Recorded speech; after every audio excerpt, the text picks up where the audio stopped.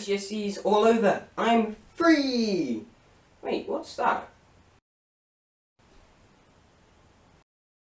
Oh, shit.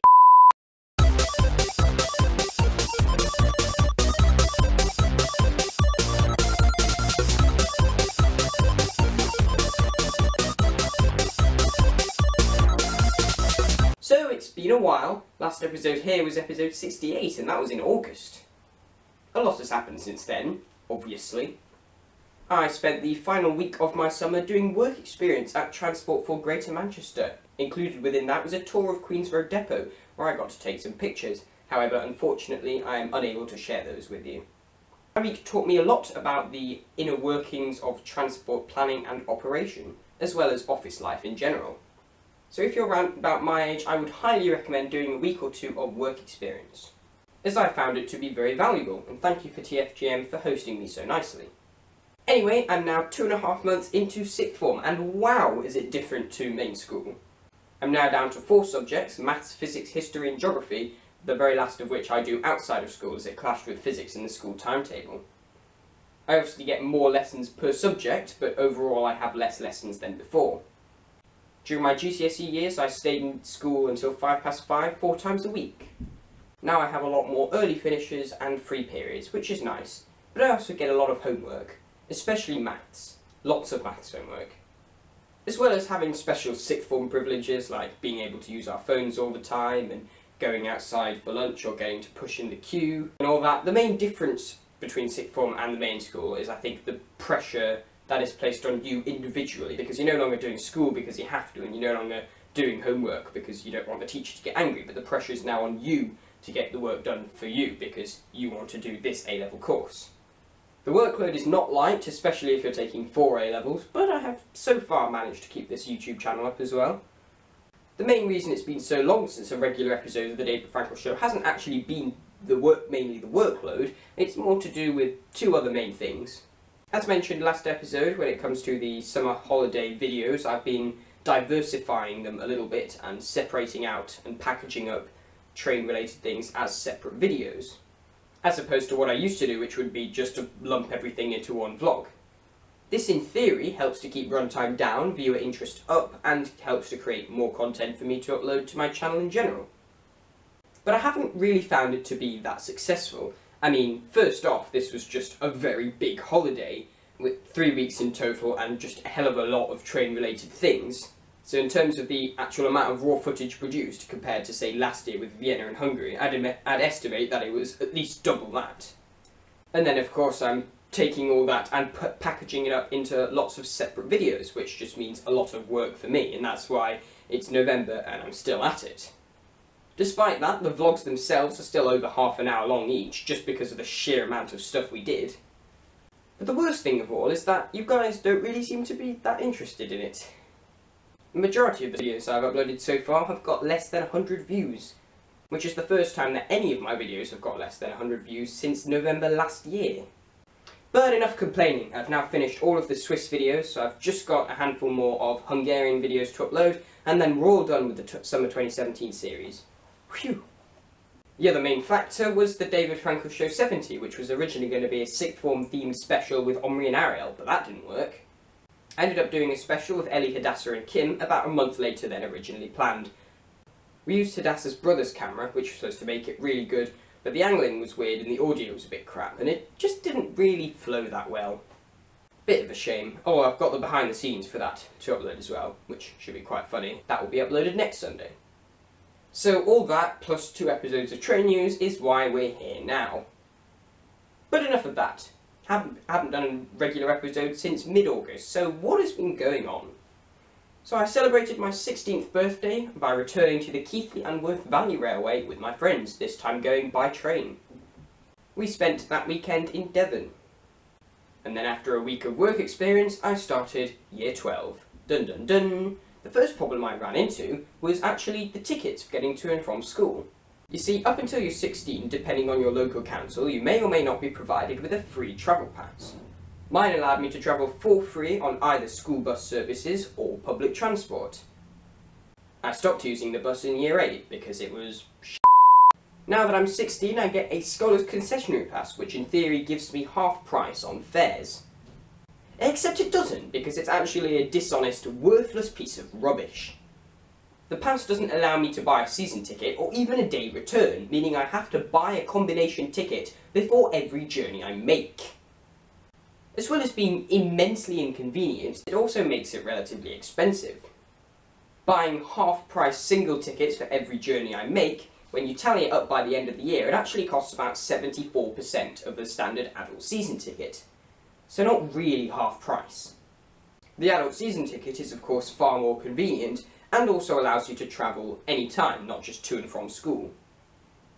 So I wrote to TfGM to complain. Dear TfGM, I am writing today to make a complaint regarding the current system in place for travelling to and from full-time sixth form college, ages 16 to 18. I live in Heald Green, attend blank in Crumpsall, and have just started sixth form. The school is one which has its own dedicated bus service under TfGM, the blank, operated by blank. The other possible public transport route to school is by train and tram, changing modes in Piccadilly. This is the method I've used for several years now, as it is faster, more flexible, reliable and pleasant.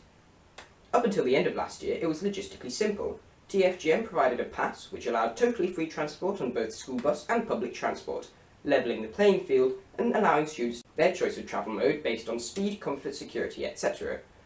Once over 16, however, the pass can no longer be used. Its replacement, the Scholars Concessionary Pass, proudly states to offer full-time sixth form students a half-price fare. But in the real world, this simply isn't true. The pass comes with the small print, not valid for season or return tickets, meaning that a student cannot buy a reduced fare if they make a journey multiple times, something that full-time sixth form students often do. Not even a day return. This presents both a financial and convenience penalty. No adult travelling to work buys a single ticket for every journey they make. They buy a season ticket on a weekly, monthly or annual basis, bringing down their fare significantly. In the case of my journey, Rail Zone 2 to Metrolink Zone C, a standard adult ticket is £29.20 for a week, £112 for a month, or £1,160 for a year. For a student using the half-price pass, buying a single ticket, £2.15 per journey, this journey will cost them £21.50 for a school week, roughly £73.10 per month, and £860 a year, assuming 200 term days per year, averaging on 17 days per month. On a yearly basis, the student pays 74% per year of the standard adult season ticket, not exactly half price. And this comes with the added inconvenience of having to physically buy their tickets twice a day, queuing up at the kiosk or ticket machines, and possibly missing their train or tram as a result. There's a paragraph on the school bus here, but we'll leave that for now. Whilst it is easy for me, a transport snob who takes the train out of choice, to complain that one mode is artificially cheaper and more convenient than another, one must consider that for sixth form students who attend schools which do not have a private bus service, which runs close to where they live, they may have no choice but to use public transport, and the system available to them is not convenient nor cheap. Work is being done to improve the situation for tram and bus users through the development of the Get Me There scheme, but no equivalent has been offered to rail users, leaving them to pay high fares through inconvenient twice-a-day ticket purchases. My suggestion is that a new weekly/monthly/annual train, tram, bus ticket should be made available to holders of a Scholars Concessionary Pass, allowing for travel at 50% or less of a standard or adult season fare. This would make public transport easier and more appealing to both those who choose to use it and those who rely on it, helping to make sixth form college more accessible and reduce peak time car journeys. Both things TfGM seems very keen to do. Their response was basically along the lines of, yeah, we're improving the system for tram and bus users and we'll be working in the long term with Rail North to improve smart ticketing on railways, to which my response was a slightly more polite and formal version of, that's not what I asked, why don't you read the email? To which I've yet to receive a response. Do I actually think they're going to change anything? No. Anyway, at the beginning of September we went to London, and I went on my very first Hidden London tour in Highgate Station, where we also met these guys again. We also visited Brick Lane and the East London line. Obviously, because of the current video backlog, those videos are still in queue. We also had a shul weekend away, known as the Menorah Weekender, or at least for me it was the Sleep Deprivation Weekender, because I was forced to share a room with about 5 screaming Year 9s. We spent the Rosh Hashanah long weekend in Bedford with our family members. I was told diligently by my parents that we couldn't take the train because the house was somewhere in the middle of nowhere in a field. Turns out it was in the middle of Bedford, about 5 minutes walk away from the railway station. My Succot half-term was mainly uneventful. One of the things I was planning to do was buy a mic for my new camera so that I could use it in here, which I didn't get round to, but I will at some point. One of our case studies we're learning in human geography is Salford Quays and Trafford Park. So I decided to spend the day cycling around there and seeing some interesting things and relics of the industrial past, such as the archway and bits of old railway line and the Barton Swing Bridge. My original plan was to take the train into Piccadilly and cycle from there to Pomona. However, I got to Heald Green on Sunday morning and found that the train I was planning to get, which I had checked was running both the night before and on the morning, it wasn't even cancelled, it just didn't exist. It wasn't on the board, it was as if it had never existed.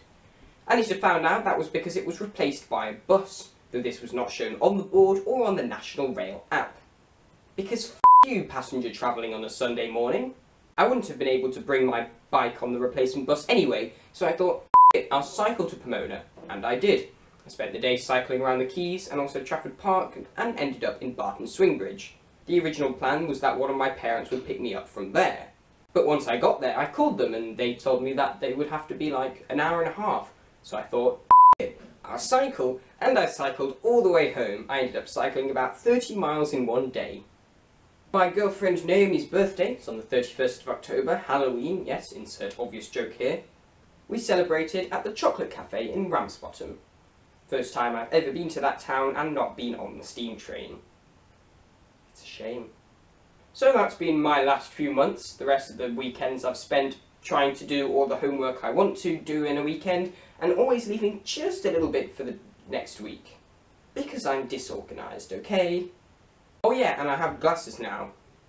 Now you've probably noticed from every time I go, I think that's 185 number, can't quite see, in every train spotting episode, that I'm actually starting to become slightly short-sighted. So we went to the opticians and now I have glasses. I haven't quite got used to wearing them all the time. They are very weird. First time I put them on, my first reaction was, wow, my eyesight really does suck.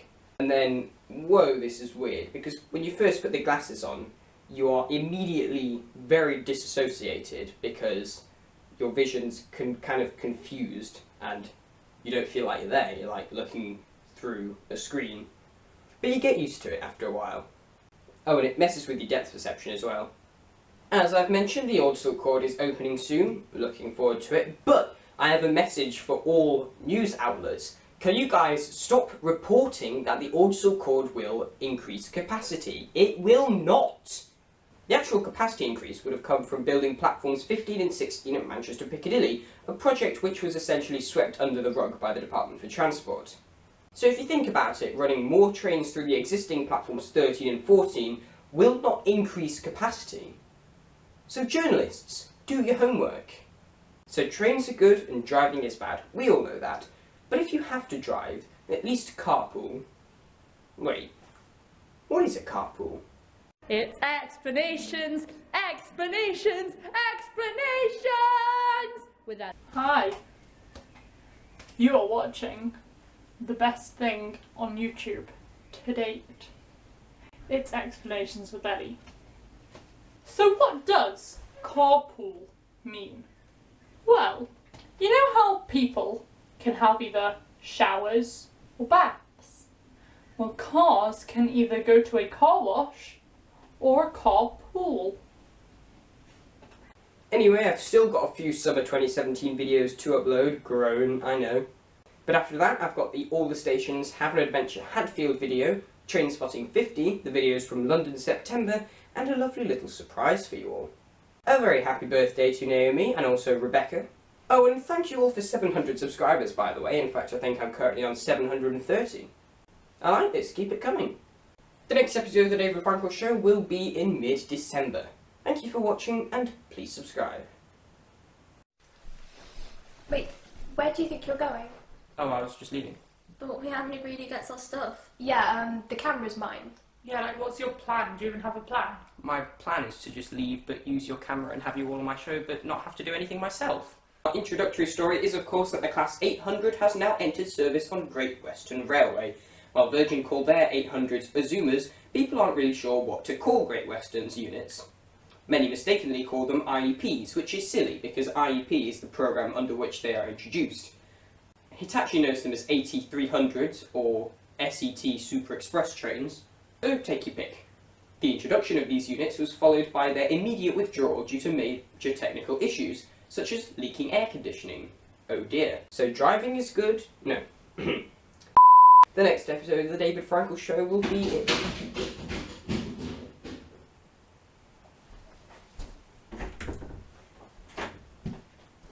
Alright, no problem. What was that?